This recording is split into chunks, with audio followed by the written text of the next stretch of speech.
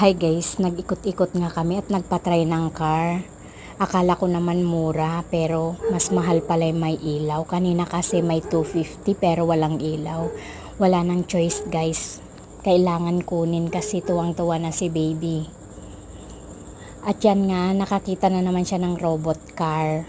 Bigla ko na lang siya nilayo dito sa bandang gilid at mas mahal na naman ang robot car.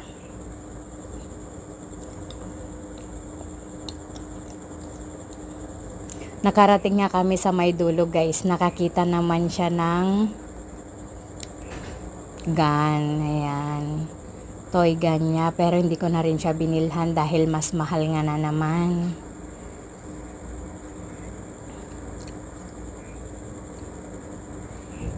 Yan nga guys. Kinuha ko na yung car niya. At aalis na din kami para hindi na siya makapili ng iba. Yun lamang guys. Salamat.